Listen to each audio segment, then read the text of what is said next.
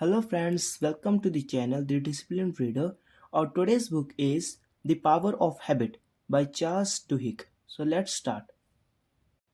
Drinking alcohol, smoking, overeating, binge watching, overspending, internet addiction, lack of sleep. Are you guilty of any of these bad habits? Are you desperate to change? Then read this book. In this summary, you will learn the effective way to stop your bad habits and replace them with good habits. You will learn stories of people who have changed for the better. About the author. Charles Duhigg is a best-selling author and award-winning journalist. In 2013, he received the Pulitzer Prize for explanatory reporting. He had worked for the New York Times, Los Angeles Times, and New York Magazine. Introduction. If you think that you are hopeless and that you can never change, then this book will blow your mind. You will learn how habits work and how you can apply the habit loop in your life. You will learn about people like you who have bad habits but they were able to overcome them. They were able to create new habits and live a better life. It is not yet too late for you to change. Let us start the journey to meet the new you. Lisa Allen is 34 years old. She started drinking and smoking when she was 16. Lisa struggled with obesity for most of her life. She had a debt of over $10,000. None of her jobs lasted for more than a year. But the woman in front of the researchers today is very different. The new Lisa is slim and vibrant. She has the toned legs of a runner. She looked 10 years younger than her old photos. Today, Lisa has paid all of her debt. She stopped drinking and she is now working for 3 years in a graphic design firm. One of the researchers asked, "How long since the last time you smoked?" Lisa answered, "Almost 4 years. I also lost 60 pounds and I had finished a marathon since then." Lisa also began to study for a master's degree and she bought a home. A lot of positive changes had happened in her life. For the past 3 years, psychologists, neurologists, and other experts have studied Lisa and 23 other people who are former alcoholics, smokers, overeaters, and obsessive shoppers. It was a research that was funded by the National Institute of Health. The one common thing among Lisa and the other research subjects was that they were able to quit their bad habits within a short period of time. The experts want to know how they were able to do it. The researchers installed cameras in the subjects' home to monitor their daily routine. The subjects also underwent MRI brain scans as they were exposed to cigarette smoke or delicious meals. I know you told this story several times, but could you please tell us again how you quit smoking? The researcher said. Lisa began to tell her story. It was on a vacation in Cairo, Egypt. A few months before that, Lisa's husband came home from work and said that he wanted a divorce. He was in love with another woman. Lisa was devastated. She mourned and she became obsessed. Lisa followed her husband and his girlfriend around town. She called the girlfriend's home every midnight and then she would hang up. And then there was the night when Lisa went to the girlfriend's house very drunk. She shouted and pounded on the door. Lisa threatened to burn the apartment down. It was the worst part of her life. Lisa felt so down and hopeless. Then she thought about how she had always wanted to see the pyramids of Egypt. Her credit cards were not maxed out yet, so she went on that trip. On her first morning in Cairo, Lisa woke up to the sound of prayer from a nearby mosque. It was very dark in her hotel room. Her head is aching from jet lag. Lisa reached out for her cigarette. She lights it up and then she started to smell burning plastic. It turns out that she was lighting up a pen and not a Marlboro. Lisa was very disoriented. She spent the last few months feeling angry, depressed, ashamed, and helpless all at once. She was awake every night crying and overeating. She was unemployed and unhealthy. Her whole life is crumbling down. She couldn't even light up a cigarette right. Lisa cried even harder. A few moments later, she stood up, took a shower, and left the hotel. Lisa rode a taxi and took a trip to the Sphinx, the pyramids of Giza, and the vast endless desert. Lisa thought that she needed a goal in her life, something that she would look forward to. She made a promise to herself that next year she would come back to Egypt and trek through this desert.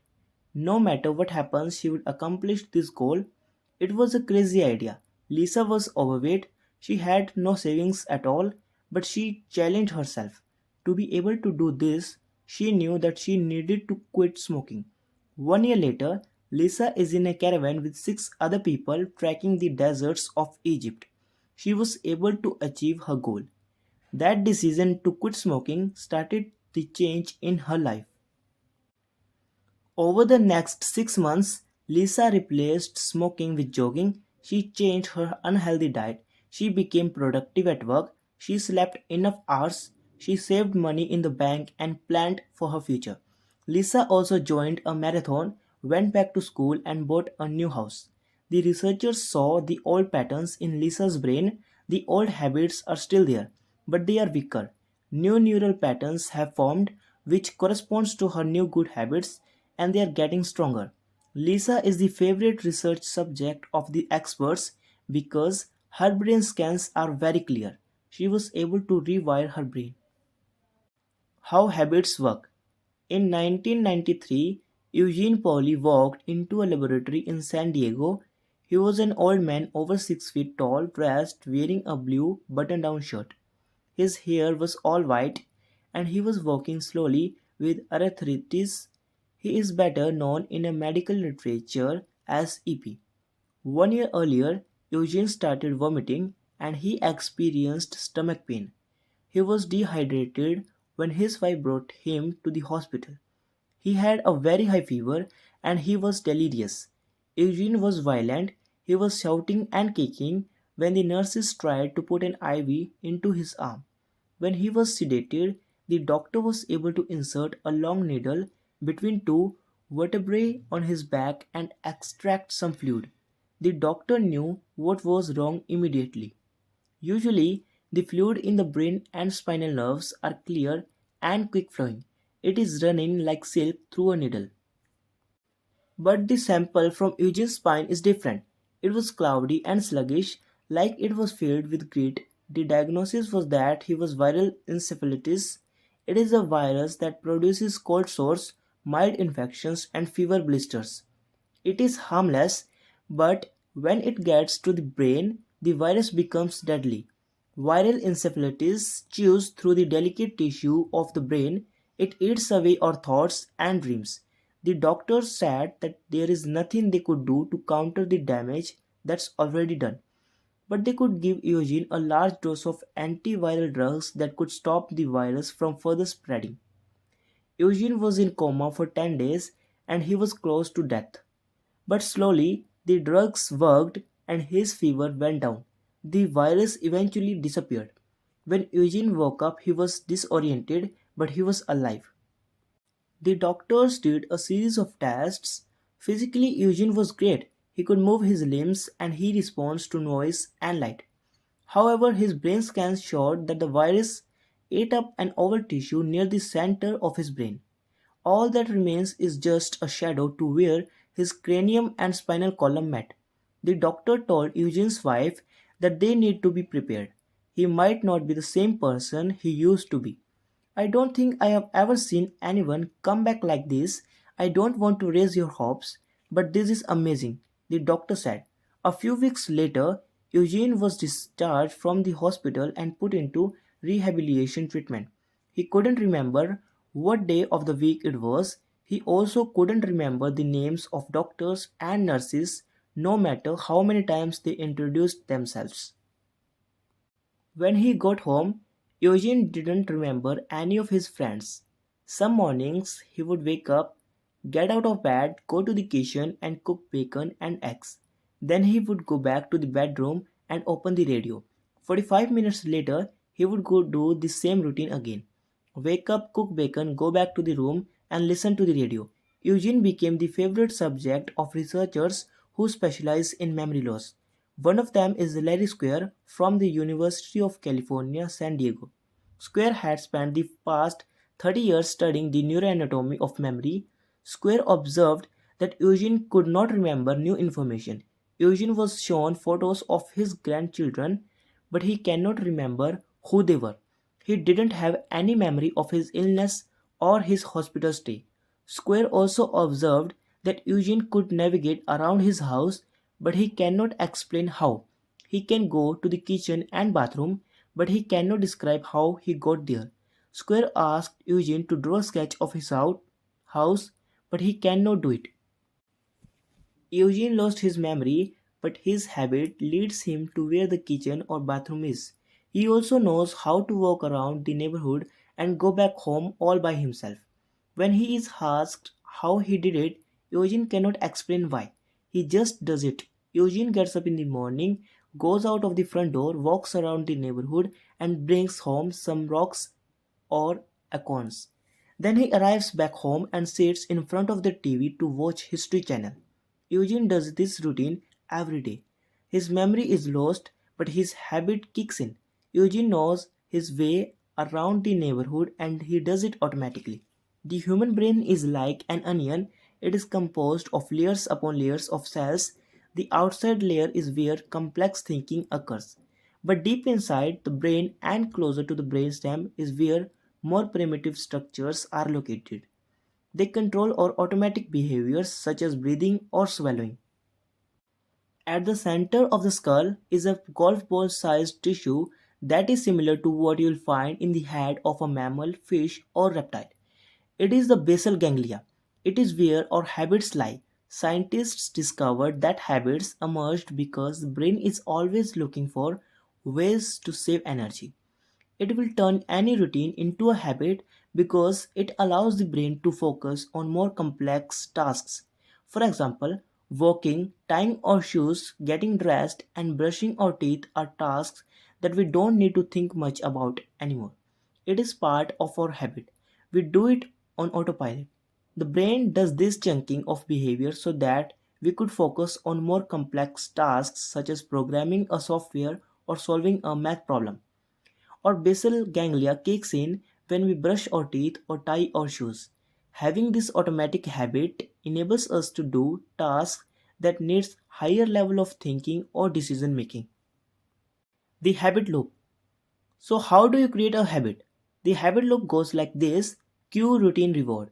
Cue, routine, reward. If you repeat this habit loop, the behavior becomes natural. Cue, routine, reward. What is the cue? It is the trigger to do the behavior.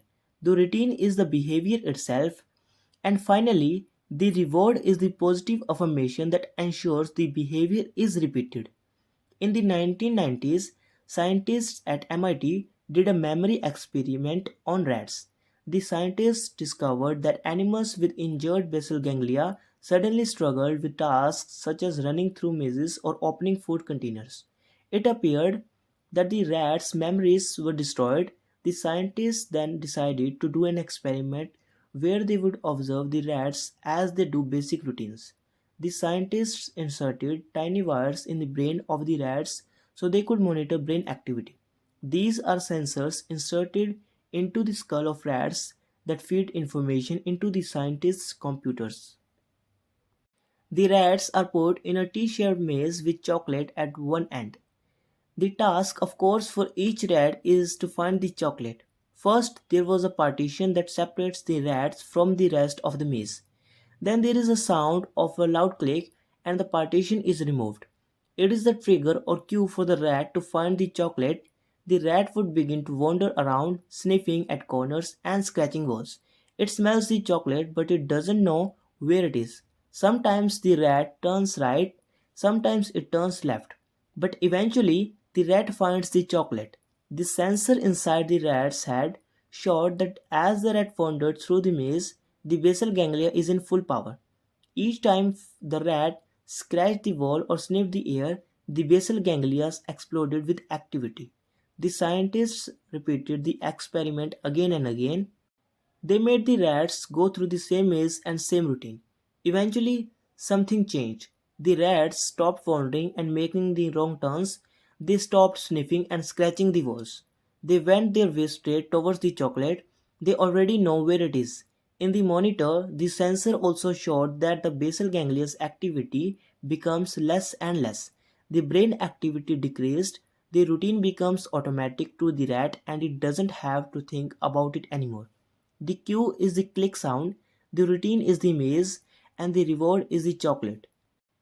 As the rat went through this habit loop, the basal ganglia stored the habit. At first, it is in full activity, but as the habit repeated, the basal ganglia decreased its effort. This proves that our brain stores habits to save energy for more important tasks. The habit of success. The bad habit is still there, it is waiting for the right cue. It will repeat and the person will do the same routine. So, the key is to replace it with a good habit. To do that, the cue and reward should still be the same, but the routine is different. For example, you have this bad habit of always browsing through social media. It is all you ever do when you get home from work.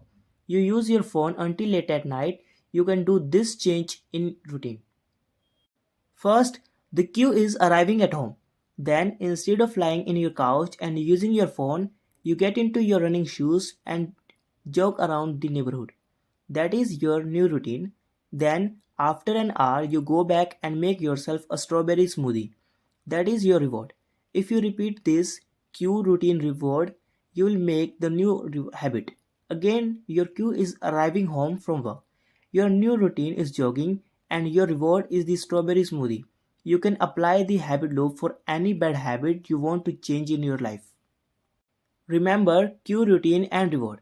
To replace a bad habit, use the same cue and reward but change the routine. Let us learn and be inspired by the next story.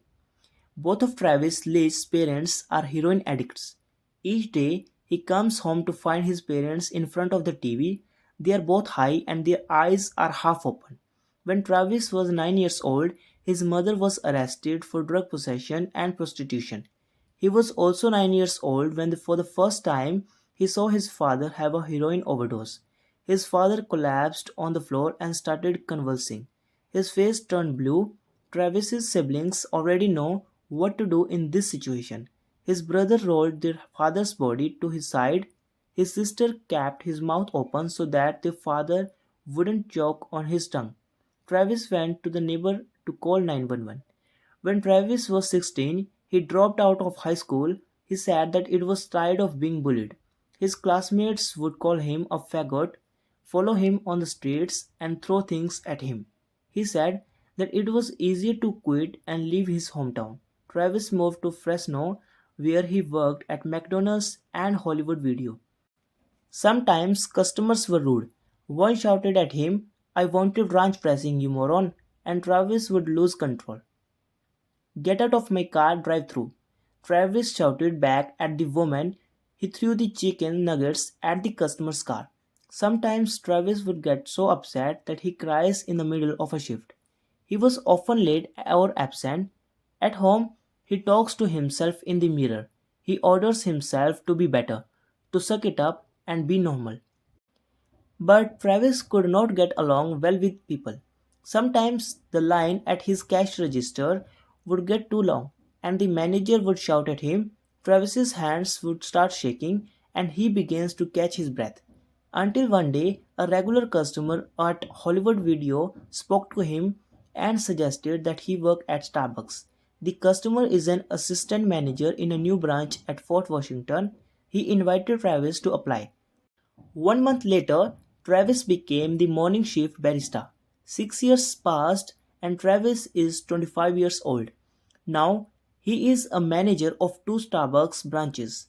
He oversees 40 employees and he is responsible for a revenue of $2 million per year. His salary is $44,000. Travis is never late or absent. He is now the master of his emotions. He never gets upset on the job. Once an employee was screamed at by a customer. Travis took the employee aside and told her, "Your apron is a shield. You can be as strong as you want to be." What caused this great change in Travis' life? He attended the Starbucks training courses. He joined the lectures on his very first day as a barista. The program is structured in such a way that employees can earn college credits when they complete the modules. Starbucks training program changed Travis' life. Starbucks has taught him how to focus, how to live, and how to master his emotions. He said, Starbucks is the most important thing that happened to me. I owe everything to this company. Starbucks saw that to provide good service, all the employees must have willpower and self discipline. That's why the company spends millions of dollars to train employees and create new good habits in their lives. Starbucks has manuals and workbooks that have instructions on how an employee should handle a difficult situation or a difficult customer. For example, if a customer is angry because he got the wrong drink, the right response is to use the latte method.